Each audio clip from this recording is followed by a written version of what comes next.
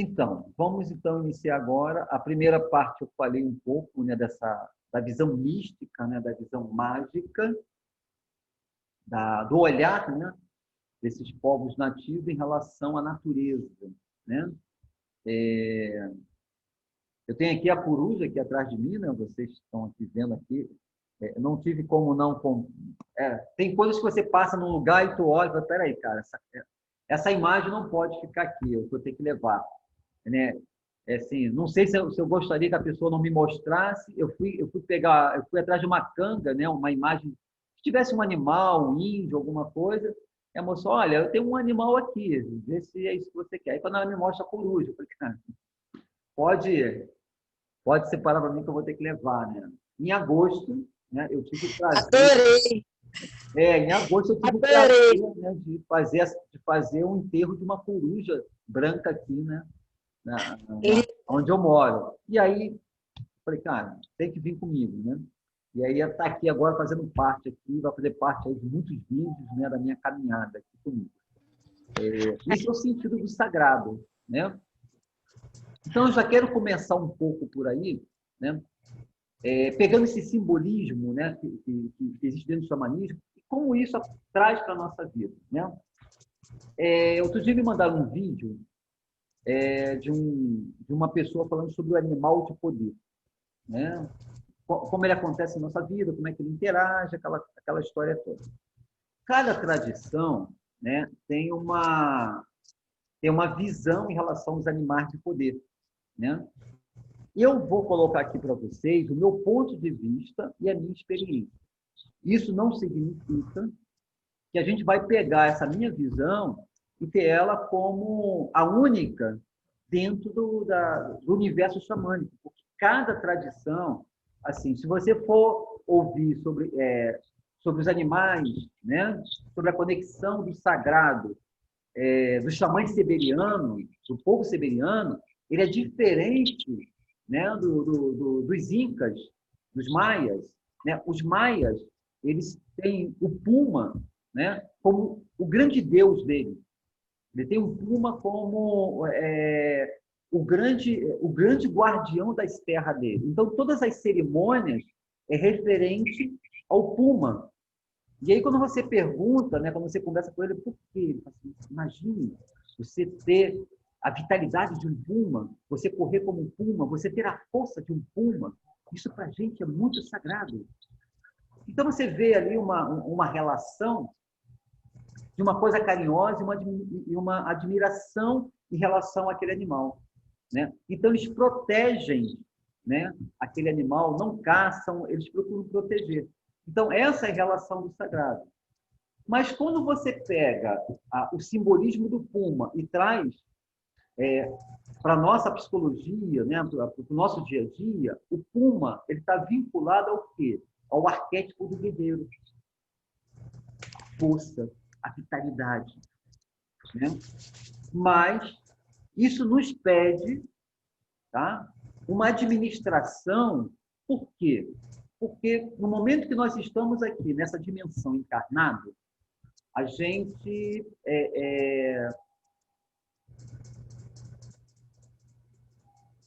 que palavra eu posso encontrar? A gente está sobre uma lei, vamos colocar assim, da polaridade. Ou seja, tá? Tudo tem o seu oposto. E o que eu quero dizer com isso? Tá? Tanto esse animal que está aqui atrás de mim, ele tem o seu lado positivo e o seu lado negativo. Deu para entender? Então, qualquer energia, seja ela do animal, seja ela de uma medicina, seja ela de um conhecimento, você pode utilizar isso para você crescer na vida, para você se melhorar, você pode utilizar isso para você se aprofundar mais ainda na sua inconsciência.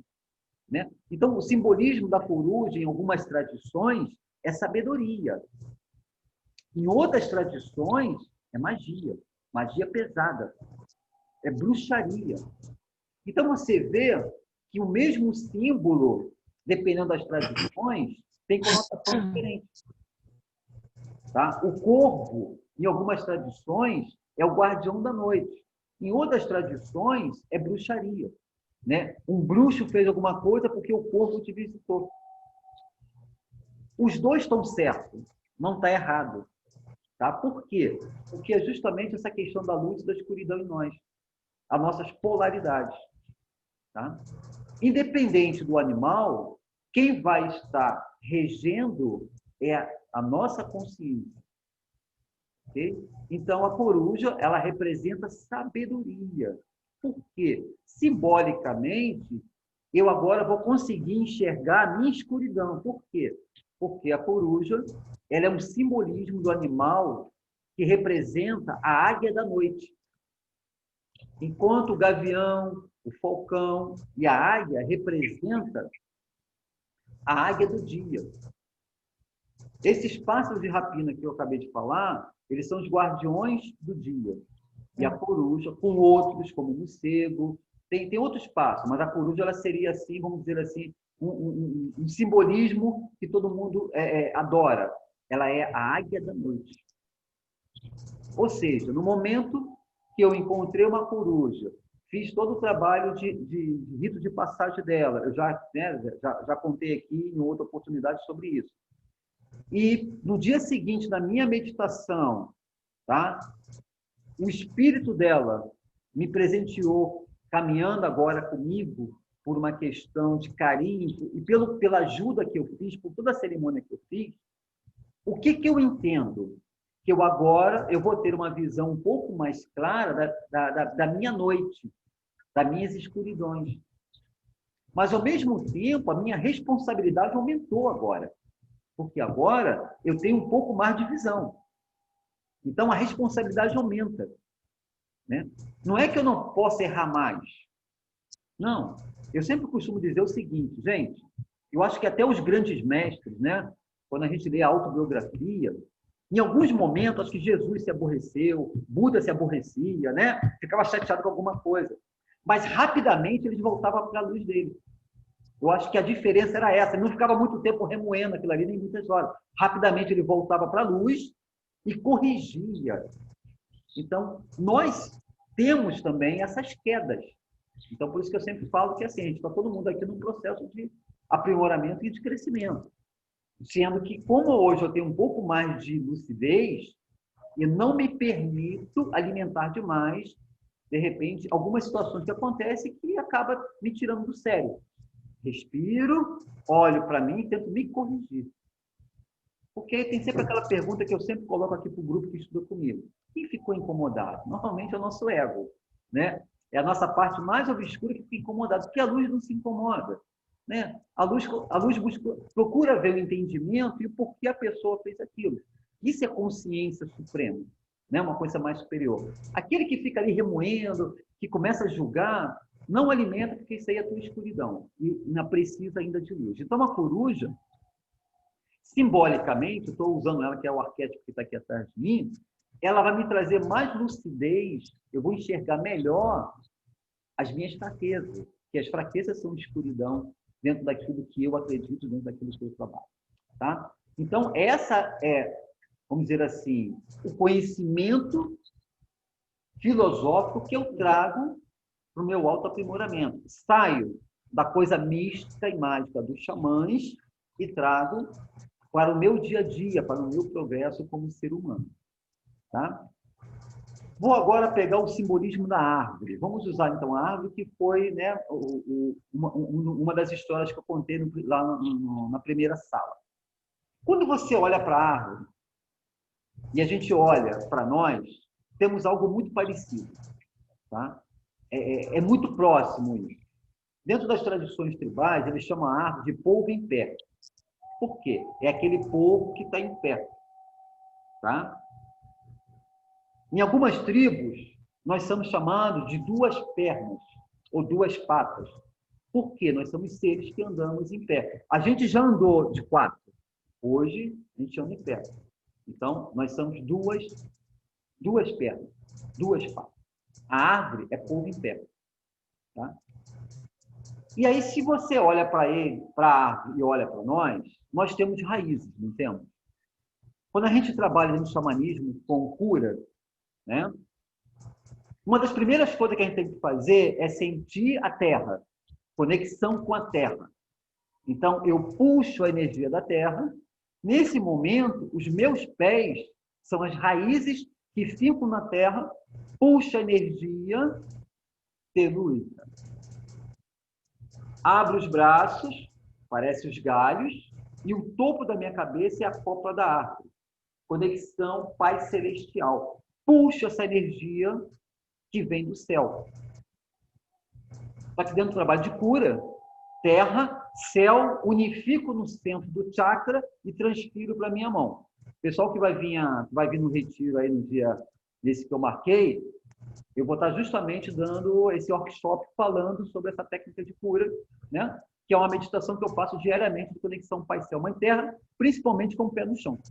Me conecto com a terra, puxo, conecto com o céu, trago e unifico no centro do chakra do coração, que aqui é a morada da alma, dentro de outras tradições. Tá? Aqui mora a alma. E a partir daqui eu vou transferir minha energia. Pronto.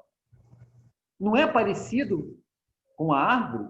Raiz, tronco, a cópula. E quando eu estou doando energia, eu sou a árvore que estou doando frutos. Ou eu posso doar sombra. Da mesma forma que um dia, mesmo que, né, a minha opção, eu vou cremar, vou fazer um crematório, tá? Mas as cinzas, é como as fogueiras, que eu termino aqui as fogueiras, eu pego todas aquelas cinzas e coloco no pé das plantas, né? Porque aquilo é matéria orgânica que serve como adubo, né? Eu aprendi isso vindo morar aqui. Então, mesmo que os meus ossos vão ser cremados, eu vou pedir para alguém, para minha filha, sei lá quem for, de pegar aquelas minhas cinzas, vai numa montanha bem alta e, por favor, jogue lá em cima e jogue no vento, para que ela possa realmente se espalhar. Então, vai virar adubo em algum lugar que ele vai tocar. Então, olha como é muito parecido todo esse processo, né? Gente, a coruja voou, tá? Então, depois eu encontro ela. Falei dela aqui, ela já saiu voando aí, tá vendo? Essa é a parte mística aqui daqui da casa aqui. Ela já saiu voando por aqui, nem sei onde ela está. Né? Gente, então, vamos trabalhar ainda com o simbolismo da árvore, né?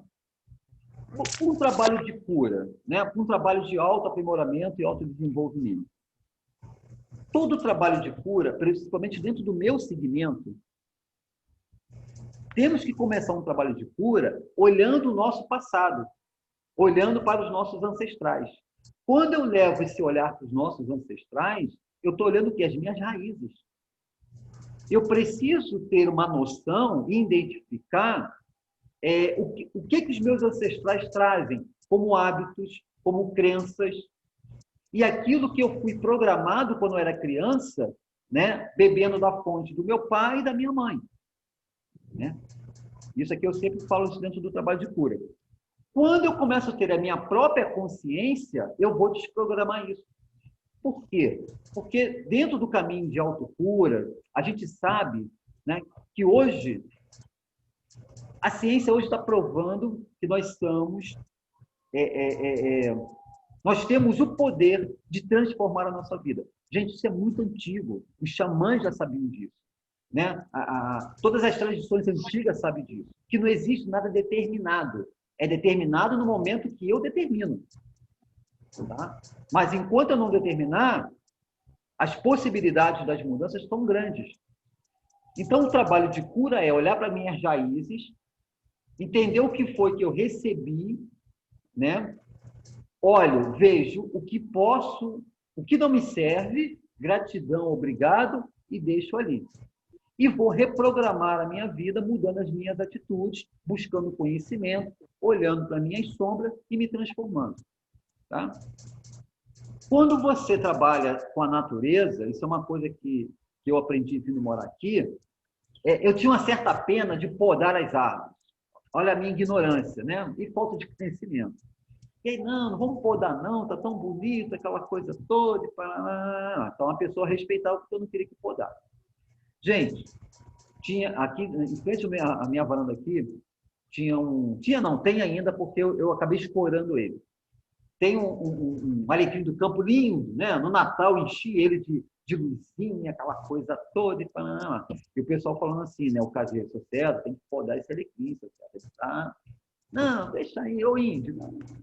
Pô, o índio fica querendo podar meu alecrim, aquela coisa. Um dia eu mandei ele podar, eu achei que ele tinha matado o alecrim. Não, o alecrim ficou menor do que eu. Porra, o alecrim fica lá em cima da casa. Pô, cara, tu matou. Eu fiquei triste, eu fiquei chateado, depois eu me limpei e até entendi. Gente, quando veio a chuva de verão com aquele vento, eu vi aquele alecrim no chão. E aí eu entendi que a poda é necessária, porque se ele está podado, o vento passa por ele e não derruba ele. Se ele está muito cheio, o que acontece? Cria uma barreira, gente, o vento quase levou ele no chão. E aí eu, na chuva, pegando o tronco de árvore para escorar ele, para o vento não derrubar ele. E ali eu falei assim, cara, eu tinha que ter podado você. Agora eu entendi a necessidade das podas, porque se a cobra estiver muito cheia, pesada, com vento, cara, joga ele abaixo. E eu falei assim, caramba, uma ignorância por não ter esse conhecimento, né? Agora sim, estou começando a podar para quando chegar os ventos, né? A Sônia mora aqui, tá ventando muito aqui em Vassoura, né, Sônia?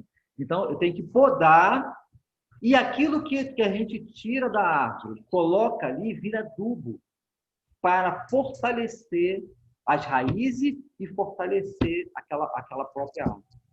Então, gente, quando a gente vem para um retiro desse modelo que eu ofereço, da tenda da purificação, a gente vem para podar, para tirar todas aquelas mazelas, para que a gente se fortaleça e continue caminhando dentro do nosso propósito. Então, quando você olha para a natureza, todo o movimento da natureza, e a gente olha para o nosso progresso, para o nosso desenvolvimento, é muito semelhante. Né? Vou dar o exemplo da horta. Né? Eu vou refazer a minha horta aqui porque eu não tive disciplina de todo dia ter que molhar ela. A gente viaja, às vezes, aqui, fica 4, 5 dias longe, e às vezes o caseiro esquece de vir. Então, a horta morreu, a terra ficou ruim, eu vou ter que preparar tudo para fazer uma horta, porque vem o verão, eu quero comer folha, eu quero comer tomate orgânico.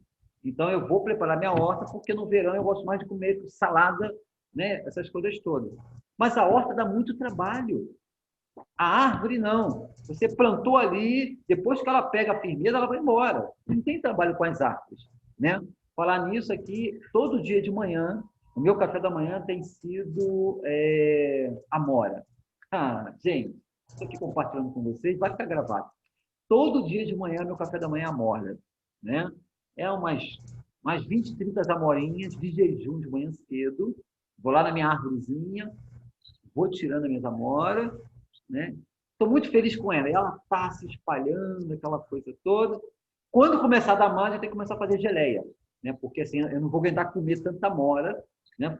Primeiro que aquilo ali sai manchando. Para me tirar hoje a mancha que ficou na minha unha aqui, parece que eu tinha tirado a unha de lilás. Né? Amoras. Então, eu tenho que agradecer a Mãe Natureza em relação a tudo isso. Né? Então, o que eu quero dizer com vocês? A horta, ela dá um trabalho muito grande. Primeiro, no verão tem que regar ela 3 dias. No normal, a gente rega ela 2 vezes ao dia. Você tem que cobrir, tem que cuidar das pragas, tem que tirar não sei o quê, e tem que estar ali olhando para ela, aquela coisa toda, né? Vem os bichinhos, você tem que limpar aquela coisa toda. Quando a gente quer se tornar um ser humano melhor, você tem que ter muita disciplina. Quando eu olho para a horta e olho para esse segmento do meu autoaprimoramento, o trabalho é o mesmo. Então, parece que a nossa autotransformação é parecido com a horta.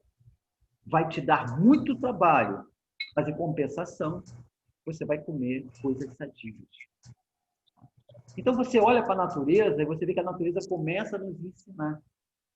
Né? O xamanismo, de uma forma geral, a gente chama de medicina natural, magia natural. O que é magia natural? Tá? O xamanismo não trabalha, pelo menos aquele que eu estudei, que eu gostei, que eu me identifiquei, a gente chama de magia natural.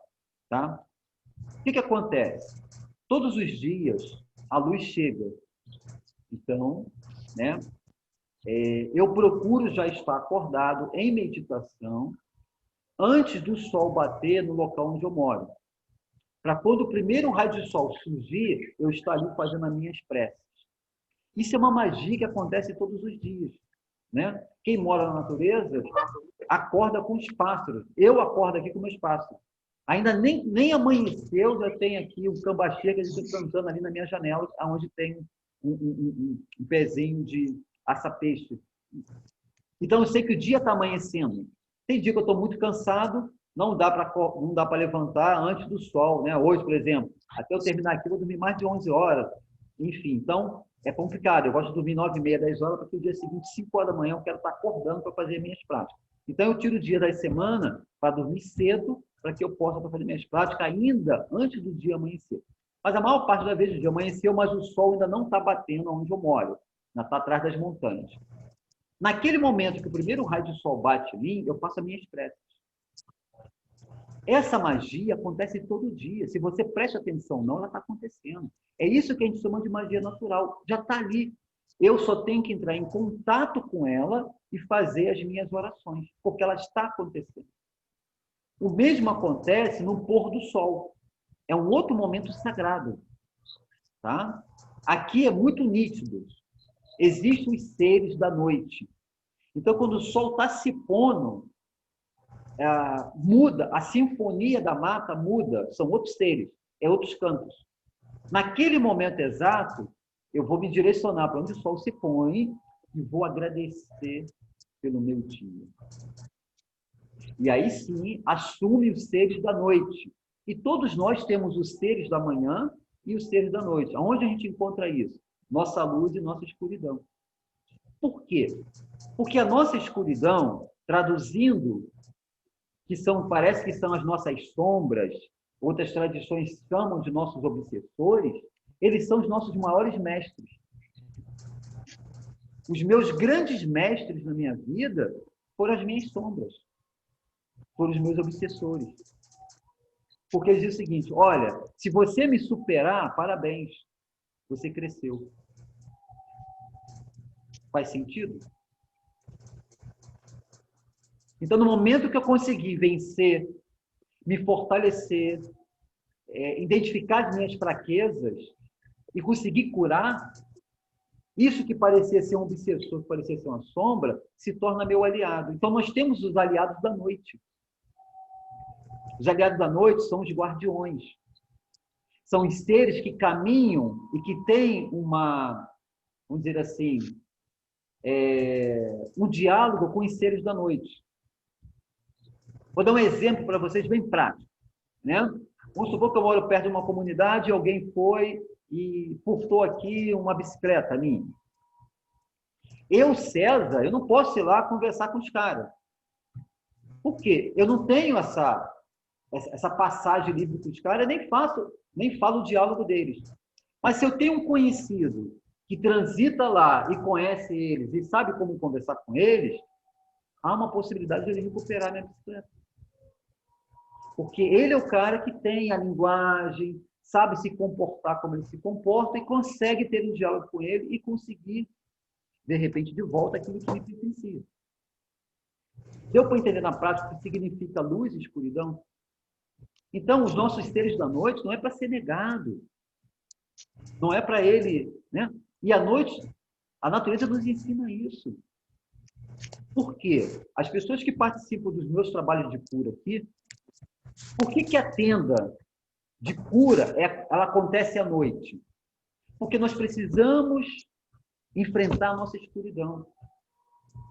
E os guardiões da noite vai nos ajudar a identificar e curar, tirar essa erva daninha que está aí corroendo você, que está, sabe, e que está oculto, porque está no escuro, está oculto, você não vai ver na escuridão.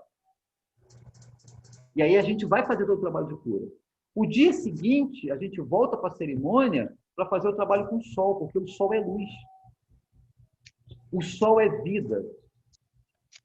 Né? E a noite, por ela ser fria, ela é a morte. Então, eu preciso morrer naquela noite tudo aquilo que não serve, tudo aquilo que tenho como fraqueza, para no dia seguinte eu renascer na luz da manhã e ancorar uma nova consciência. Então, você vê que a cerimônia dentro do xamanismo é baseada na luz e na escuridão, no dia e na noite, no sol e na lua. Isso que a gente chama de magia natural. E as pessoas que já teve o prazer de participar, que estão aqui comigo, sabem o que eu estou falando. E sabem o efeito na vida delas. Caramba, eu consegui curar coisas que nem sabia que estava associado àquilo ali. Porque dentro da cerimônia aquilo acabou se revelando. Porque era o que estava oculto. O culto é a escuridão. Eu não consigo perceber. Mas só te deram permissão para fazer isso porque naquele momento você estava pronta, né? Porque não vai acessar se você não estiver pronto. Não, ainda não. Tem que amadurecer, tem que maturar essa pessoa para que ela possa fazer esse trabalho de cura. Então, para algumas pessoas, o caminhar ele é um pouco mais devagar, porque faz parte do processo da agenda cósmica de evolução daquela pessoa. Para outros é mais acelerado. E não importa, porque todos nós estamos aqui nesse mesmo processo. Como eu falei, antes eu tinha um rótulo de ser apenas um xamã. Hoje eu já compreendi que não é um xamã, você é um canal. E como um canal, você pode trabalhar com vários segmentos, porque na realidade você está falando a mesma coisa numa linguagem diferente. Isso para mim, nossa, como isso abriu a minha vida. Porque eu saí daquela coisa do rótulo. Eu não preciso, né, ter que estar aqui, sei lá, com um penacho na cabeça, com um cordão, com um tambor. Não precisa nada disso. Basta você falar. As pessoas vão receber. É isso. Claro que em determinados lugares que eu vou, se é um encontro nativo, eu vou estar lá com o meu tambor, eu tenho lá os meus colares, porque ali faz parte, é o processo. Se eu estiver aqui num lugar, tá com uma roupa social e dar uma palestra em alguma coisa, eu vou. Eu não preciso, né, vamos dizer assim, de toda essa, né, como é que se diz? Toda essa parafernália, teria um outro nome, mas me veio isso aqui agora, para que as pessoas me reconheçam. Não. Elas vão me identificar pela minha luz e quando eu tiver a permissão de poder falar a minha visão. É ali que elas vão me reconhecer. E não precisa ser dentro disso. Então, às vezes, na cabeça de muita gente, fica muito complicado. Pô, esse cara dá aula de yoga, dá meditação, trabalha com xamanismo. Quando a pessoa começa a ficar me julgando muito assim, irmão, vem um dia participar de uma jornada e depois você tira a sua conclusão. Porque há ali, né, uma crença que tem que ser assim, tem que ser essa daquela coisa toda. Eu já passei por essa etapa. Né? Então, hoje, assim, vamos dizer assim, eu não dificulto a minha jornada, né? Eu facilito a minha jornada. São dogmas, né? E é natural, porque todos nós temos isso, sabe? Assim, eu já vivi essa história, né? Então, de ter essa coisa de rótulo. Não. Então, é o que eu falo. Tem o César e tem o César Canal. O César puro é o cara que está trabalhando, que está se depurando, que está crescendo também. Nesse momento aqui, eu estou sendo um canal para todos, mas eu também estou aprendendo e procuro colocar em prática as coisas que eu falo, porque senão não tem coerência. E vocês podem ter certeza que eu me cobro. No bom sentido, eu me cobro. Cara, como é que eu vou falar disso? Então, muita coisa que eu não falo aqui é porque eu ainda estou estudando. Eu ainda estou, vamos dizer assim, praticando. Um exemplo. Tá? Eu não posso aqui dar uma palestra falando sobre amor. O amor incondicional. Porque, meus irmãos, eu estou praticando esse amor incondicional. Eu ainda tenho algumas preferências, eu ainda tenho alguns apegos, dói algumas coisas ainda. Caramba, respira, entendeu? Na realidade, tudo é efêmero. Não... Mas, cara, mas não tem a dor aqui. E eu não posso negar isso, eu tenho que depurar isso em mim. Então, eu não posso vir aqui dar uma palestra falando sobre amor incondicional, o amor divino. Eu vou dar uma palestra baseada no que escreveram e não no que eu vi. Mas eu procuro praticar o amor, eu procuro, né? Não faça com outro aquilo que você não gostaria que fizesse com você. Eu procuro colocar isso que os mestres disseram dentro da minha caminhada. E essa caminhada, eu tenho que ter mais paciência com o outro. Né? O outro vai te agredir, o outro vai te machucar, o outro vai falar, vai ter uma comunicação agressiva com você. Mas por você já estar com mais bagagem, respira. Não leva para o lado do ego. O que se incomoda é o ego. Entenda que aquele irmão ele só consegue falar desse jeito. Eu acho que isso é a prática da compaixão e do amor. Olha para o outro com mais carinho, não fica julgando. Então, não, eu nunca... Vai ser difícil eu vir aqui um dia dar uma palestra falando sobre amor divino. Eu posso falar naquilo que alguém escreveu. Olha, eu trouxe aqui, separei alguns textos, mas os meus mentores me ensinaram uma coisa, pelo menos me pediram: filho, fale daquilo que você vive e não daquilo que você lê. Eu procuro fazer isso. Então, eu dei aqui o exemplo da horta olhando para a minha vida. Eu dei o exemplo aqui, né, da pessoa que está aqui podando as coisas aqui em casa, e eu, não, deixa ali no cantinho, aquela coisa toda, não está incomodando, porque eu pratico isso. Isso é meu, não tem como. Né? Como eu falei aqui, cara, olha só, eu oscilo de vez em quando, não pense que, sabe? Não me coloca no pedestal, em cima de um altar ali, a minha imagem, não faça isso, cara, eu não tenho essa santidade ainda. De vez em quando o negócio oscila aqui, sendo que, como eu já tenho né, algum conhecimento, eu paro, vou para o meu canto, respiro, vou diluir aquilo ali, e tipo assim, vamos começar de novo? Vamos embora. Porque as minhas sombras estão aqui ainda. Né? Os meus bichos não estão aqui do meu lado, porque eles se apresentaram. Só que eu não solto eles, eu seguro. Opa, segura. Respira. Isso me diz o seguinte: ainda tem muita coisa para depurar ainda. Tem muita purificação para fazer. Tem muita coisa ainda para ser transformado. Mas como eu estou como canal em alguns momentos, ali é uma certa perfeição. Tá? Uma certa. Está muito longe. É um canal mais limpo, que consegue entregar algumas coisas que vai fazer sentido. Mas eu também estou aprendendo. E a cobrança é maior. Né? Eu já tive situação de tentar falar alguma coisa e me mover e falar assim: tu vai falar sobre o quê? É tipo assim, tu está praticando isso? E ali, um bom músico baixa uma nota. Eu parava, deixa eu buscar um outro assunto que fique mais próximo de mim daquilo que eu vivo. Ok? Então, pegando essa visão, né, da natureza, a gente falou aqui da árvore, falamos aqui né, eu dei o exemplo da coruja enquanto ela estava aqui atrás de mim, só que ela já saiu voando, ela deve ter algum trabalho. Eu peguei o exemplo até do animal de poder e trouxe, né, numa forma de autotransformação, de autoconhecimento. Né?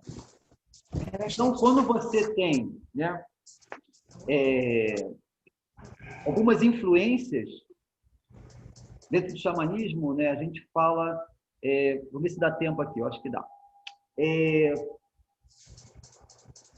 Qual seria o simbolismo da águia para uma pessoa? São pessoas que enxergam longe. São pessoas que não conseguem trabalhar para o outro, tem que trabalhar por conta própria. São pessoas que... É uma frase que eu tenho utilizado muito como mantra, onde no amor não é meu lugar. Ele não vai ficar, entendeu? Não vai se vender por nada. Ele é livre, ele precisa ir. Isso é uma águia. Pessoas que têm características de visão de águia. Né? Uma outra que é muito familiar, a medicina da jiboia, um exemplo. É uma pessoa que está o tempo todo em trabalho de purificação, de transformação. Então, assim, é como se a vida dele fosse ciclos. Ele começa um ciclo, vive aquilo ali, daqui a pouco aquilo fecha, ele vai para um outro ciclo. É um simbolismo de trocar de pele. Eu deixo aquela pele antiga ali e vou começar uma nova história. Né? O dia seguinte, eu começo tudo de novo, que seria a renovação. Então, o simbolismo do trocar de pele da jiboia ou da cobra, as pessoas que têm essa característica, elas trazem com ela o poder da renovação, de começar de novo. Mas não é começar ainda guardando aquele ranço que ficou lá atrás. Não. Teoricamente, você nunca mais vai tocar naquele assunto. Por quê? O trocar de pele é deixar para trás aquilo que não serve mais. Mas, um outro exemplo, a tartaruga. Né? Quem vem aqui na minha cerimônia vê que tem uma tartaruga ali na porta. Não faz parte do meu totem, do meu conhecimento, assim, da minha energia, um exemplo. Mas, dentro da tradição que eu sigo, ela é o altar, ela representa a Mãe Terra. Tá bom? O casco dela representa os continentes. É um simbolismo que tem dentro de algumas tradições nativas. Qual é a medicina? Qual é o ensinamento da tartaruga? Paciência. Parece que não vai chegar, mas você vai chegar. Ah, mas eu já queria. Não, respira. tem situações na nossa vida que ela pode ser rápida como o puma. Rapidamente aconteceu, pô, legal, eu botei muita vitalidade ali, a coisa aconteceu. E outros segmentos precisa ir no caminho da tartaruga, por quê? Eu tenho que prestar atenção no caminho, eu tenho que amadurecer, ainda não está na hora, tenha paciência, porque a paciência, se eu não estiver enganado, vem da ciência. Eu acho que alguma coisa acho que vem de meditação.